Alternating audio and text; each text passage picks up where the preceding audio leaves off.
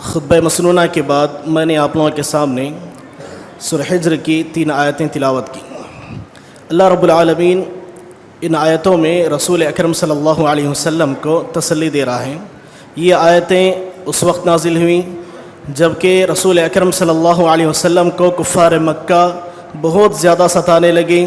آپ صلی اللہ علیہ وسلم پر لعن و طعن کرنے لگے، آپ صلی اللہ علیہ وسلم کو برے القاب سے نوازنے لگے، کوئی جادوگر کہتا، کوئی خاندان میں پھوٹ ڈالنے والا کہتا۔ یہ باتیں سنتے سنتے آپ صلی اللہ علیہ وسلم کا دل پسیج جاتا، آپ پریشان ہو جاتے۔ ایسے وقت میں اللہ رب العالمین رسول اکرم صلی اللہ علیہ وسلم کو تسلی دیتے ہوئے کہہ رہا ہے کہ وَلَقَدْ نَعْلَمُ أَنَّكَ يَضِيقُ صَدْرُكَ، اے محمد صلی اللہ علیہ وسلم ہم یہ بات اچھی طریقے سے جانتے ہیں کہ کفار مکہ جو کچھ باتیں آپ سے کہہ رہے ہیں، جو کچھ سلوک کفار مکہ کا آپ کے ساتھ ہے، اس سلوک کی وجہ سے، ان باتوں کی وجہ سے یضیق صدرک، آپ کا دل تنگ ہوتے جا رہا ہے، آپ بہت زیادہ پریشان ہوتے جا رہے ہیں۔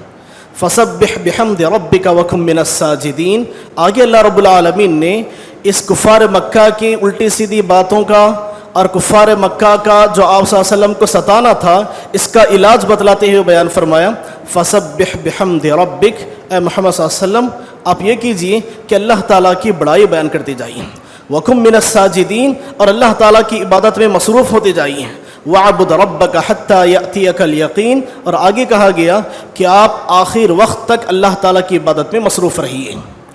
ظاہر سی بات ہے نبی اکرم صلی اللہ علیہ وسلم یہ ساری چیزیں کر رہے تھے، لیکن اللہ رب العالمین نبی اکرم صلی اللہ علیہ وسلم کے ذریعے سے قیامت کی صبح تک آنے والے انسانوں کو ان آیتوں میں یہ درس دے رہا ہے کہ جب کبھی حالات ایسے ہو جائیں کہ مسلمانوں کو پریشان کیا جانا لگے، مسلمانوں کو تنگ کیا جانا لگے، مسلمانوں کے ساتھ ناروا سلوک کیا جانا لگے، ایسے وقت میں اللہ رب العالمین نے بتایا فسبح بحمد ربک، مسلمان کو چاہیے کہ اللہ رب العالمین کی بڑائی میں، اللہ رب العالمین کی تعریف میں، اللہ رب العالمین کی عبادت میں مصروف ہو جائیں۔ آخر یہ سلسلہ کب تک ہونا چاہیے؟ آخر کب تک ہم اللہ تعالیٰ سے مدد طلب کرتے رہیں گے؟ تو اللہ رب العالمین نے بیان فرمایا وَعْبُدْ رَبَّكَ حَتَّى يَأْتِيَكَ الْيَقِينُ، اللہ رب العالمین بیان فرماتا ہے کہ موت آنے تک برابر اللہ رب العالمین کی عبادت میں مصروف ہو کر اللہ رب العالمین سے مدد طلب کرتے رہیں۔ ہم جانتے ہیں آج کل جو حالات مسلمانوں کے دن بدن بگڑتے جا رہے ہیں، اس سے ہر کوئی واقف ہے۔ اب تک ہم شمال میں ہم سنا کرتے تھے یو پی، بہار، آسام، اس طرف کے مسلمانوں کو ستایا جا رہا ہے، مسلمانوں کے مسجدوں کو گرائی جا رہی ہیں، یہ باتیں اب تک ہم سنا کرتے تھے، لیکن ابھی قریب میں جو کچھ واقعہ پیش آیا، بالکل ہمارے شہر میں، ہمارے اس ڈسٹرکٹ میں آتماکور کا جو واقعہ ہے یہ ہمارے سامنے ہے، بلکہ ایک واقعہ ایک تمہید ہے، ایک ان غیر مسلموں کی طرف سے، اسلام دشمن کی طرف سے ایک آغاز ہے کہ ہم ہر جگہ کے مسلمانوں کے ساتھ جو چاہے ہم کر سکتے ہیں۔ اگر ایک مسلمان ہونے کے ناطے ہمارا فرض بنتا ہے یہ حالات مسلمانوں کے ساتھ بدسلوکی کرنا، مسلمانوں کے اوپر ظلم کرنا، یہ ایک مسلمان کے لیے کوئی نئی چیز نہیں ہے، یہ ابتداء اسلام سے قوم نے، کفار نے نبی اکرم صلی اللہ علیہ وسلم کو نہیں بخشا، اللہ کے نبی کو نہیں بخشا، تو ہمارا معاملہ کیا ہو سکتا ہے؟ اسی لیے اللہ رب العالمین نے اسی وقت نبی اکرم صلی اللہ علیہ وسلم کے دور ہی میں امت کے لیے یہ سبق دیا، امت کو یہ باتیں بتلائیں کہ یہ حالات قیامت کی صبح تک آتے رہیں گے، قیامت کی صبح تک مسلمانوں کے ساتھ ظلم کیا جائے گا، لیکن ان حالات میں ہمیں کرنا کیا ہے؟ تو اللہ رب العالمین نے بیان فرمایا ہم اپنا تعلق اللہ رب العالمین سے مضبوط بنائے رکھیں۔ جتنا اللہ رب العالمین سے ہمارا تعلق مضبوط ہوگا اتنا ہی زیادہ اللہ رب العالمین کی مدد ہمارے ساتھ شامل حال رہے گی۔ اگر مسلمان ہونے کے ناطے صرف زبانی طور پر ہم یہ کہتے رہیں کہ اللہ کی مدد کب آئے گی، اللہ تعالیٰ دشمنوں کو کب ناکام کرے گا، اللہ کی کوئی مدد آنے والی نہیں ہے۔ صرف زبانی طور پر ہم شکوہ شکایت کریں گے، اللہ کی کوئی مدد آنے والی نہیں اس وقت تک جب تک کہ ہم عملی طور پر اللہ رب العالمین سے اپنے تعلق کو مضبوط کریں۔ ہر فرد اپنے طور پر یہ سمجھے کہ میری ذمہ داری ہے کہ امت کو میں صحیح راستے پر لے کر آؤں، میری ذمہ داری ہے میں ان فتنوں سے امت کو بچاؤں۔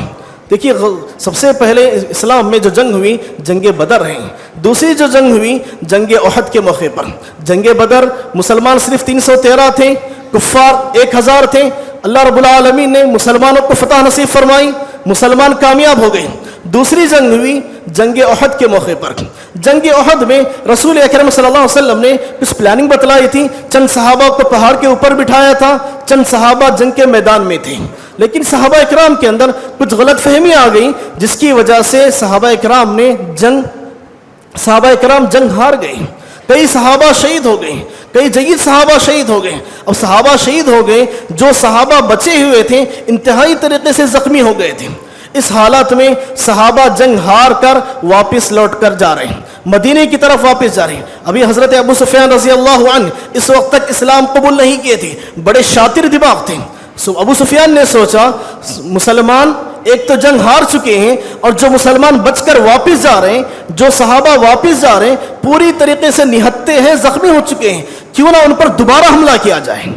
اگر یہ موقع اچھا ہے، اگر دوبارہ مدینے پر حملہ ہم کریں گے تو مسلمان پوری طریقے سے نیست و نابود ہو جائیں گے، مسلمانوں کا صفایا ہو جائے گا۔ ابو سفیان نے اپنے لشکر کے لوگوں کو مشورہ دیا، سارے لوگوں نے ابو سفیان کی رائے کو قبول کی، اور طے یہ پایا کہ صحابہ اکرام احد سے نکل کر مدینہ پہنچنے سے پہلے ہم پیچھے کے راستے جائیں گے اور مدینے پر حملہ کر دیں گے، مدینے میں جو عورتیں بچے ہیں ان کو ختم کر دیں گے، اور یہ صحابہ جب مدینہ پہنچیں گے ان پر بھی حملہ کر دیں گے اور انہیں نیست نابود کر دیں گے۔ پلان کے حساب سے یہ لوگ دشمنان اسلام تیار ہو گئے، مدینے کا رخ کریں۔ مدینہ پہنچنے سے پہلے صحابہ کرام کی اس بات کی اطلاع ہو گئی کہ ابو سفیان اپنے لشکر کے ساتھ دوبارہ حملہ کرنے والا ہے۔ صحابہ کرام ظاہر سی بات ہے گھبرا گئے کہ ہم اتنی بری طریقے سے زخمی ہو چکے ہیں، دوبارہ اس پر ہم حملہ کیسے کر سکتے ہیں۔ رسول اکرم صلی اللہ علیہ وسلم صحابہ کو بلاتے ہیں اور کہتے ہیں کہ یقین اللہ کی ذات پر بھروسہ کریں، اللہ پر یقین کریں، ہم دوبارہ کفار پر حملہ کریں گے۔ صرف صحابہ کرام نے رسول اکرم صلی اللہ علیہ وسلم کی اس بات کی اتباع کرتے ہوئے، رسول اکرم صلی اللہ علیہ وسلم کی اس بات کی اتباع کرتے ہوئے، اللہ کی ذات پر یقین رکھتے ہوئے پھر صحابہ کرام دوبارہ تیار ہو گئے کہ ہم کفار پر حملہ کریں۔ قرآن مجید کہتا ہے الذین قال لهم الناس ان الناس قد قرآن مجید کہتا ہے کہ جب کفار مکہ حملہ کرنے کے لیے مدینہ آ رہے تھے تو سارے لوگ اطراف و اکناف کے مدینے کے لوگ مسلمانوں کو ڈرا رہے تھے کہ اب تمہارا دوبارہ حملہ کرنا بالکل بھی مناسب نہیں، صرف یہ بہتر ہوگا کہ تم اپنی حفاظت کے لیے گھروں میں چھپ جاؤ۔ لیکن صحابہ کرام اللہ کی ذات پر بھروسہ کرتے ہوئے، اللہ سے دعا مانگتے ہوئے دوبارہ صرف یہ طے کر لیا کہ رہیں یا نہ رہیں کفار پر حملہ کر کر رہیں گے۔ دوبارہ جب صحابہ کرام کا لشکر واپس لوٹا، اللہ رب العالمین کا وعدہ ہے کہ جو اللہ رب العالمین پر یقین کرتا ہے، بھروسہ کرتا ہے، اللہ سے مانگتا ہے، اللہ رب العالمین ضرور ان لوگوں کی مدد کرنے والا ہے۔ اللہ رب العالمین بیان فرماتا ہے فَخْشَوْهُمْ فَزَادَهُمْ إِيمَانًا وَقَالُوا حَسْبُنَا اللَّهُ وَنِعْمَ الْوَكِيلُ۔ صحابہ اکرام ایک ساتھ ہی آواز لگانے لگے حسبنا اللہ ونعم الوکیل، حسبنا اللہ ونعم الوکیل، اللہ کی ذات ہمارے لیے کافی ہے، اللہ کے علاوہ کوئی ہماری مدد کرنے والا نہیں۔ یہ نعرہ لگاتے ہوئے صحابہ اکرام دوبارہ کفار سے مقابلہ کرنے کے لیے آگے بڑھے۔ جیسے ہی ابو سفیان اور اس کے لشکر کو معلوم ہوا، ایک رعب ان کے اوپر طاری ہو گیا کہ یہ کیسی عجیب و غریب قوم ہے، اتنا زخمی ہونے کے باوجود دوبارہ ہم سے مقابلہ کرنے کے لیے آ رہی ہیں۔ ابو سفیان کو جیسے معلوم ہوا، ابو سفیان نے اپنے لشکر کو لے کر واپس چلا گیا۔ دیکھیں صرف اللہ کی ذات پر یقین، اللہ سے دعا کرنے کی وجہ سے اللہ رب العالمین نے کفار کے دلوں میں اتنا رعب بٹھا دیا کہ آخر وہ واپس پلٹ کر چلے گئے۔ یہ صرف اور صرف اس وقت ہو سکتا ہے جب کہ ہمارا تعلق اللہ تعالیٰ سے مضبوط ہو۔ اور خود قرآن مجید کہتا ہے پھر اس کے بعد جب صحابہ کرام مدینہ چھوڑ کر واپس لوٹ رہے تھے، رسول اکرم صلی اللہ علیہ وسلم نے صحابہ کو مشورہ دیا اب تو ہم اتنی دور آ چکے ہیں، اتنی دور ہم مدینہ چھوڑ کر اتنی دور آ چکے ہیں، کیوں نہ ایسا ہو کہ ہم خرید و فروخت کریں، تجارت کریں۔ قرآن مجید کہتا ہے کہ رسول اکرم صلی اللہ علیہ وسلم کی رائے پر صحابہ کرام نے خرید و فروخت کی، صحابہ کرام نے تجارت کی۔ اللہ رب العالمین نے اس سفر میں ہونا تو یہ تھا کفار سے مقابلہ کرنا تھا، صرف اللہ کی ذات پر توکل کی وجہ سے صحابہ کرام نے خرید و فروخت کی اور اتنا زیادہ فائدہ ہوا کہ اللہ رب العالمین بیان فرماتا ہے صحابہ کرام کا سفر فائدے سے بالکل بھی خالی نہ رہا۔ تو یہ بتانا مقصود یہ ہے ہم اللہ تعالیٰ سے اپنے تعلق کو مضبوط کریں. اور آگے دیکھیں کیونکہ اللہ رب العالمین کا وعدہ ہے ان اللہ یدافع عن الذین آمنوا، ان اللہ یدافع عن الذین آمنوا، اللہ رب العالمین کہتا ہے یقیناً ہم مؤمنوں کی مدد کرنے والے ہیں، مسلمانوں کی نہیں، مومنوں کی ہم مدد کرنے والے ہیں. مومن 5 وقت کا نمازی ہوتا ہے، مومن قرآن کی تلاوت کرنے والا ہوتا ہے، مومن کے دل میں اللہ اور اس کے رسول کا ڈر بہت زیادہ ہوتا ہے. اس کے بالمقابل ایک مسلمان کبھی نماز پڑھ لیا کبھی نماز چھوڑ دیا. مسلمان اور مومن میں بہت زیادہ فرق ہے. اللہ رب العالمین کہتا ہے ان اللہ یدافع عن الذین آمنوا، ہم مومنوں کی مدد کرنے والے ہیں. اور دوسری جگہ پر بیان فرمایا ولا تہنوا ولا تحزنوا وانتم الاعلون ان کنتم مؤمنین، اگر تم مومن ہو، اگر تمہارے دلوں میں اللہ کا ایمان مضبوط ہے تو تمہیں گھبرانے اور ڈرنے کی ضرورت نہیں ہے کیونکہ ہم تمہاری مدد کرنے والے ہیں. بالکل اسی طریقے سے ایک اور واقعہ سیرت میں آتا ہے. صحابی رسول تھے غالباً حسان بن ثابت یا کوئی صحابی تھے، جنگ لڑ رہے تھے، جنگ میں بہت زیادہ زخمی ہو گئے. اب ایسا محسوس کر رہے تھے کہ ابھی ان کی شہادت ہونے والی ہے. کفار مکہ کا معمول یہ تھا کہ جب کبھی جنگ ختم ہو جاتی دوبارہ جنگ کے میدان کی طرف آتے، جو صحابہ کرام زخمی ہو جاتے ان کا مسئلہ کر دیتے. مسئلہ مطلب ایک ہاتھ یہ کاٹ دیتے، ایک پیر یہ کاٹ دیتے، اپوزٹ سائڈ سے ہاتھ پیر کاٹ دیتے اور ان کے ٹکڑے ٹکڑے کر دیتے. یہ کفار کا معمول تھا. صحابی رسول زخمی ہو چکے ہیں، پوری طریقے سے شہادت کا وقت قریب آ چکا ہے. اللہ رب العالمین سے دعا کر رہے ہیں کہ یا رب العالمین ابھی میری موت واقع ہونے والی ہے، مجھے ذرہ برابر افسوس نہیں ہے، مجھے ذرہ برابر ملال نہیں ہے کہ میں بھی مرنے والا ہوں، لیکن تجھ سے درخواست کرتا ہوں، تجھ سے دعا کرتا ہوں کہ یا رب العالمین میرے مرنے کے بعد میرے جسم کی تو حفاظت فرما، میرے مرنے کے بعد تو میرے جسم کی بے حرمتی ہونے سے مجھے بچا لے. رسول اکرم صلی اللہ علیہ وسلم بیان فرماتے ہیں کفار مکہ دوبارہ جنگ کے میدان کا جائزہ لیے، صحابہ رسول کی نعش کا مسئلہ کرنا ہی چاہ رہے تھے، صحابہ کرام کی لاش کے ٹکڑے ٹکڑے کرنا ہی چاہ رہے تھے، چونکہ صحابہ رسول نے اللہ تعالیٰ سے دعا کی تھی. اللہ رب العالمین تاریخ گواہ ہے کہ اللہ رب العالمین نے شہد کے مکھیوں کو جھنڈ کو بھیجا،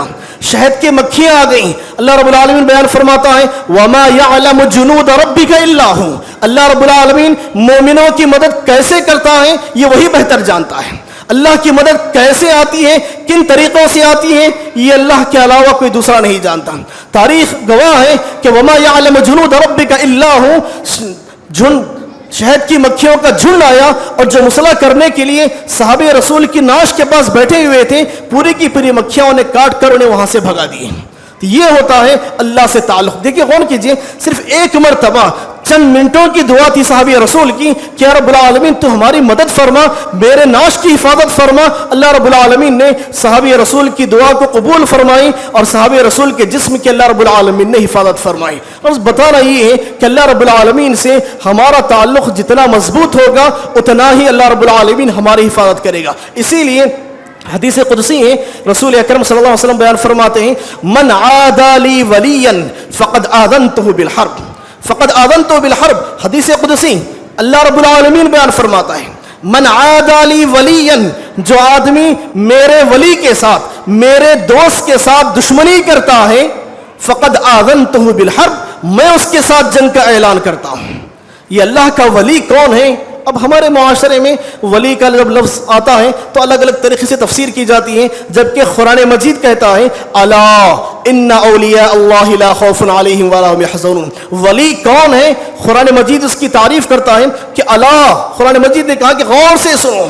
ان اولیاء اللہ لا خوف علیہم، اللہ کے ولیوں کو، اللہ کے دوست کو کسی قسم کا ڈر نہیں ہوگا، کسی قسم کا خوف نہیں ہوگا. اب اللہ کا ولی کون ہے؟ اس کے بعد کی آیت میں اللہ رب العالمین بیان فرماتا ہے الذین آمنوا وکانوا یتقون. اللہ کا ولی وہ ہے جو اللہ پر ایمان لاتا ہے، جس کا ایمان اللہ کی ذات پر مضبوط ہوتا ہے، یہ اللہ کا ولی ہے، یہ اللہ کا دوست ہے. وکانوا یتقون، اور اللہ کا دوست وہ ہے جس کے دل میں اللہ کا ڈر خوف ہو، جو متقی ہو، پرہیزگار ہو، یہ اللہ کا دوست ہے، اللہ کا ولی ہے. اور اللہ رب العالمین نے بیان فرمایا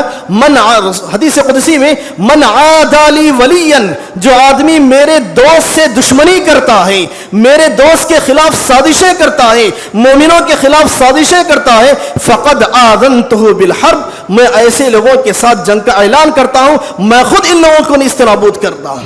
سوچنے کی بات ہے، حدیث قدسی ہے، قرآن مجید کی یہ آیتیں ہیں، اللہ رب العالمین نے تو بیان فرمایا کہ ہم مؤمنوں کی مدد کرنے والے ہیں۔ تھوڑا ہم سوچیں، نعوذ باللہ من ذالک، قرآن مجید کی آیتیں احادیث غلط تو نہیں ہو سکتی ہیں، لیکن اللہ رب العالمین نے جو وعدہ کیا ہے کہ ہم مؤمنوں کی مدد کرنے والے ہیں، لیکن آج ہم دیکھتے آ رہے ہیں ہر جگہ پر مسلمانوں کو نشانہ بنایا جا رہا ہے، مارا بھی جا رہا ہے مسلمانوں کو، اور مسلمانوں کے خلاف ہی کیس بنائے جا رہے ہیں، مسلمانوں کے خلاف ہی سازشیں کی جا رہے ہیں۔ آخر کیا اللہ تعالیٰ کی مدد کب آئے گی؟ کیا نعوذ باللہ اللہ کے وعدے سچ نہیں ہیں؟ ایسا تو نہیں ہو سکتا۔ اگر ہم صحیح معنوں میں تنہائی میں بیٹھ کر انفرادی طور پر اپنے گریبان میں جھانک کر دیکھیں، اپنے اعمال کا جائزہ لیں، آج ہمارے اندر کس قدر ایمان ہے، آج ہمارے اندر کیا وہ ایمان موجود ہے جس کا مطالبہ شریعت ہم سے کرتی ہے، جس کا مطالبہ قرآن و حدیث ہم سے کرتا ہے؟ کیا وہ ایمان ہمارے اندر ہے یا پھر ہمارے اندر وہ ایمان نہیں؟ یاد رکھیں، جب دنیاوی زندگی میں اللہ رب العالمین نے جنت اور جہنم کا فیصلہ تو قیامت کے دن ہونا ہے، جنت اور جہنم کا فیصلہ تو قیامت کے دن ہونا ہے، لیکن اللہ رب العالمین نے اس دنیاوی زندگی میں چند ایسے اصول، چند ایسے اعمال بتلائے ہیں جس کو ہم سامنے رکھ کر اپنے تعلق سے، دوسروں کے تعلق سے نہیں، خود اپنے تعلق سے ہم فیصلہ کر سکتے ہیں کہ کل قیامت کے دن میرا انجام کیا ہونے والا ہے، کل قیامت کے دن میرا انجام کیا ہونے والا ہے۔ آیتیں اور حدیثوں کو سامنے رکھ کر ہم اپنے تعلق سے فیصلہ کر سکتے ہیں، دوسروں کے تعلق سے فیصلہ کرنے کا اختیار کسی کو نہیں ہے، ہم اپنے تعلق سے فیصلہ کر سکتے ہیں۔ یہاں پر اللہ رب العالمین نے بیان فرمایا وَلَا تَهِنُوا وَلَا تَحْزَنُوا وَأَنْتُمُ الْأَعْلَوْنَ إِن كُنتُم مُؤْمِنِينَ، اگر تم مؤمن ہو تو ہم تمہیں مدد کریں گے۔ آج ہمارے پاس اللہ کی مدد نہیں آ رہی ہے، اللہ تعالیٰ کی مدد ہمارے ساتھ شامل حال نہیں ہے، تو اس کا مطلب کیا ہوا؟ ظاہر سی بات ہے ہم ایمان والے نہیں ہیں، ہمارے اندر وہ ایمان نہیں ہے جو ایمان کل قیامت کی دن ہمیں جنت پہنچا سکتا ہے۔ اب فیصلہ ہم کر سکتے ہیں، جنت میں لے جانے والا ایمان ہمارے اندر نہیں ہے، جنت میں لے جانے والا ایمان اگر ہمارے اندر ہوتا تو آج مسلمانوں کی حالت نہ ہوتی، مسلمانوں کی یہ حالت نہ ہوتی۔ ضرورت اس بات کی ہے کہ ہم ہمارے اندر وہ ایمان پیدا کریں جس کے تعلق سے قرآن مجید کہتا ہے الذین آمنوا وکانوا یتقون، جس کے تعلق سے اللہ رب العالمین کہتا ہے کہ میں ایسے ایمان والوں کی مدد کے لیے میں خود اپنے لشکر کو بھیجنے والا ہوں۔ یہ ایمان پیدا کرنے کی ضرورت ہے۔ حضرت زبیر بن عوام رضی اللہ عنہ صحابی رسول ہیں، عشرہ مبشرہ میں جن کا شمار ہے۔ زبیر بن عوام رضی اللہ عنہ جنگ میں شہید ہو گئے، ایک کافر ابن جرموس نامی کافر نے ان کو شہید کر دیا، ان کا قتل کر دیا، ان کی شہادت ہو گئی۔ تاریخ میں آتا ہے، حدیث میں آتا ہے، ابن جرموس نے تو زبیر بن عوام رضی اللہ عنہ کو شہید کر دیا، لیکن اس کے بعد اس کی زندگی کیا ہو گئی؟ عجیب بے چینی، بے قراری، پریشانی، رات میں سوتا عجیب و غریب خواب نظر آتے، دن میں جاگتا تو ایسا بھیانک ڈر، خوف اس کے اندر ہوتا کہ بہت زیادہ پریشان ہو گیا۔ پریشان ہونے کے بعد حضرت مصعب بن عمیر کے پاس آیا، ان کے زبیر بن عوام رضی اللہ عنہ کے فرزند کے پاس آیا، ان کے بیٹے کے پاس آیا، اور اس نے کہا کہ میں تمہارے باپ کا قاتل میں ہی ہوں، تمہارے باپ کا قاتل میں ہی ہوں، میں چاہتا ہوں کہ مجھے تم اپنے باپ کے قتل کے بدلے میں قصاص لے لو، مجھے قتل کر دو، میں مرنا چاہتا ہوں۔ صحابی رسول نے پوچھا آخر وجہ کیا ہے؟ اس نے کہا جس وقت سے میں نے تمہارے باپ کو قتل کیا ہے اس وقت سے میری پوری زندگی اجاڑ ہو چکی ہے، رات میں سوتا ہوں بھیانک خواب آتے ہیں، دن میں چلتا ہوں ایسا عجیب و غریب ڈر، خوف میرے اندر طاری ہے کہ میں سکون کی زندگی گزارنے سے قاصر ہوں، سکون کی زندگی ختم ہو چکی ہے۔ صحابی رسول کہتے ہیں میں اپنے چھوٹے بھائی سے مشورہ کرتا ہوں، پھر اس کے بعد تمہیں سناتا ہوں۔ اپنے چھوٹے بھائی عبداللہ بن زبیر کے پاس پہنچتے ہیں، مصعب بن زبیر اپنے چھوٹے بھائی عبداللہ بن زبیر کے پاس پہنچتے ہیں اور کہتے ہیں کہ ابن جرموس ہمارے والد کا قاتل ہے اور وہ چاہتا ہے ہم اس کا قتال لے لیں۔ عبداللہ بن زبیر کا جواب کیا تھا؟ عبداللہ بن زبیر کہتے ہیں کہ میرے والد صحابی رسول ہیں، میرے والد حواری رسول ہیں، ان کے قصاص میں کافر کو ہم قتل کریں؟ میں یہ نہیں چاہتا، میں تو یہ چاہتا ہوں ابن جرموس اللہ کے عذاب کا مستحق ہوں، میں یہ چاہتا ہوں میں قیامت کے دن ابن جرموس کو اللہ کے عذاب سے جلتا ہوا دیکھنا چاہتا ہوں۔ پھر طے مشورہ ہوا کہ اس کو چھوڑ دیا جائے۔ ابن جرموس پھر دوبارہ عبداللہ بن زبیر کے پاس آیا تو انہوں نے کہا کہ ہم نے یہ مشورہ کیا ہے، ہم تیرا قصاص نہیں لیں گے، تجھے اسی طرح چھوڑ دیں گے، اللہ کے عذاب کے ہم منتظر ہیں۔ اللہ کے عذاب دیکھیں، ایک صحابی ہیں صرف زبیر بن عوام رضی اللہ عنہ کو قتل کر کے ابن جرموس اتنا پریشان ہو رہا ہے، آخر ہوا یہ کہ اس نے کیا کیا، دونوں بھائیوں سے نکل کر ایک چٹیل میدان کی طرف گیا، ایک ویران محل تھا، ایک ویران گھر تھا، اس میں داخل ہو گیا اور بستی والوں سے کہا جیسے ہی میں اندر چلا جاؤں اس گھر کی چھت کو گرا دینا، اس گھر کی چھت کو گرا دینا تاکہ میں مر کر سکون پا جاؤں۔ دیکھیے کتنا پریشان ہو رہا ہے ایک کافر، صرف ایک صحابی کو پریشان کر کے، ایک صحابی کا قتل کر کے، ایک صحابی کے قتل کے بعد ان کے بیٹے نے دعا کی کہ رب العالمین ابن جرموس کے معاملے میں تیرے عذاب کے ہم منتظر ہیں، ہم تیرا عذاب دیکھنا چاہتے ہیں ابن جرموس پر۔ صرف ایک واحد صحابی نے دعا کی، اس دعا کی وجہ سے ابن جرموس اتنا پریشان ہو گیا۔ تھوڑا غور کیجئے، آج اجتماعی طور پر مسلمانوں پر اتنا ظلم ہو رہا ہے، مسلمانوں کو ہزاروں کی تعداد میں مسلمانوں کو مارا جا رہا ہے، زندہ جلایا جا رہا ہے، زندہ درگور کیا جا رہا ہے، ہمارے خواتین کی عصمت ریزی کی جا رہی ہے، نہ جانے کیسے کیسے واقعات ہیں، ساری دنیا میں ہم سنتے آ رہے تھے، اب ہم اپنے ملک میں بھی ہم سنتے آ رہے ہیں۔ ان حالات میں قرآن اور حدیث ہمیں یہ رہنمائی کرتی ہے کہ اگر ہم نہیں سدھریں گے تو یقینا اللہ کا عذاب ہمارے گھروں تک دستک دے گا، یہ دشمن ہمارے گھروں تک دستک دیں گے۔ قرآن اور حدیث ہمیں اس بات کی طرف رہنمائی کرتی ہے کہ ایک مسلمان ہونے کے ناطے، ایک مومن ہونے کے ناطے اپنے ذہن سے چلے بغیر، اپنی رائے قائم کرنے کے بغیر قرآن اور حدیث ہمیں جو رہنمائی کرتا ہے، قرآن اور حدیث ہمیں جو طریقہ بتلاتا ہے کہ ہم اللہ کے دربار میں آئیں، ایک جٹ ہو جائیں، اللہ سے رو رو کر دعائیں کریں، اللہ سے گڑگڑا کر مانگیں۔ اللہ رب العالمین کا وعدہ ہے وَمَا يَعْلَمُ جُنُودَ رَبِّكَ إِلَّا هُ، اللہ رب العالمین ضرور مؤمنوں کی مدد کرے گا۔ ایک صحابی کو قتل کر کے اتنا پریشان ہونے والا کافر، اتنے مسلمانوں کو پریشان کرنے والے کافر کیسے اطمینان کی زندگی گزار سکتے ہیں؟ یقیناً یہ بات اپنی جگہ پر صحیح ہے کہ ہم بھی دعائیں کر رہے ہیں، مسلمان اس خوش فہمی میں کہ حرمین شریفین میں ہمارے حق میں دعائیں ہو رہی ہیں، حرمین شریفین میں ہم دیکھتے ہیں برما کے جو حالات ہوئے کہاں دعائیں نہیں کی گئی، لیکن حالات نہیں تھمے، جب تک وہ لوگ کرنا چاہ رہے تھے اس وقت تک مسلمانوں کے ساتھ ظلم و بربریت چلتا رہا، لیکن ہماری دعائیں رد ہوتی چلی گئیں۔ سب سے پہلے دعا کرنے سے پہلے ہم اپنے تعلق کو اللہ تعالیٰ سے مضبوط کریں، اس قدر ہمارا اللہ سے تعلق مضبوط ہو ہمارے ہاتھ یہاں پر اٹھے، ہاتھ گرنے سے پہلے اللہ رب العالمین کا انجام کافروں تک پہنچ جائے۔ تو بس بتانا مقصود یہ ہے کہ ایک مومن ہونے کے ناطے ہمارے اوپر یہ ذمہ داری بنتی ہے کہ ہم سب سے پہلے ان سب باتوں سے ہٹ کر سب سے پہلے اپنی آخرت سنوارنے کی کوشش کریں، اپنے آپ کو سدھارنے کی کوشش کریں، اپنے آپ کو جہنم سے بچا کر جنت میں داخل کرنے کی کوشش کریں۔ یہ چیز اگر یہ سوچ، اگر یہ فکر میرے اندر آ جائے، اگر یہ سوچ، یہ فکر آپ کے ہر فرد کے اندر آ جائے تو یقیناً یہی چیز ہماری دنیا بھی کامیاب کرے گی، امت مسلمہ کی حفاظت کرے گی اور آخرت میں بھی ہم کامیاب ہوں گے۔ اس کے برخلاف ہم اپنی منمانی زندگی گزار رہے ہیں۔ اللہ رب العالمین بیان فرماتا ہے وَهَدَيْنَاهُ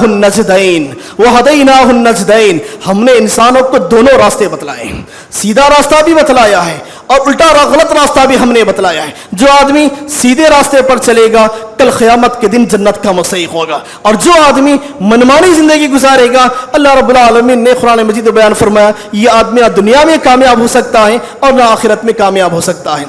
تو غرض ایک مومن ہونے کے ناطے ہمارے اوپر ضروری ہے کہ ہم اللہ رب العالمین سے اپنے تعلق کو مضبوط کریں، اپنی اصلاح کی کوشش کریں، فرداً ہم اپنے آپ کی اصلاح کی کوشش کریں، پھر اس کے بعد اپنے گھر والوں کی اصلاح کی کوشش کریں، پھر اس کے بعد اپنے محلے والوں کی اصلاح کی کوشش کریں اور اللہ تعالیٰ سے اپنے تعلق کو مضبوط کریں۔ تب چل کر اللہ رب العالمین کے وعدے کے مطابق اللہ رب العالمین دنیا میں ہماری مدد کرے گا اور آخرت میں ہم کامیاب اور کامران ہو سکتے ہیں۔ اللہ رب العالمین سے دعا ہے کہ اللہ رب العالمین ہم تمام کو صحیح معنوں میں کتاب اللہ اور سنت رسول کی تعلیمات کو جاننے اور اس پر عمل کرنے توفیق عطا فرمائیں۔ یا رب العالمین جب تک ہمیں زندہ رکھے اسلام کے مکمل تعلیمات پر عمل کرنے والا بنا کر ہمیں زندہ رکھ۔ یا رب العالمین جب ہماری موت آئے تو کلمہ توحید لا الہ الا اللہ محمد رسول اللہ پر ہماری موت آئے، آمین ثم آمین۔ بارک اللہ لنا ولکم فی القرآن المجید و ایاکم بالآیات والذکر الحکیم انہ تعالی جواد کریم رب الحلیم۔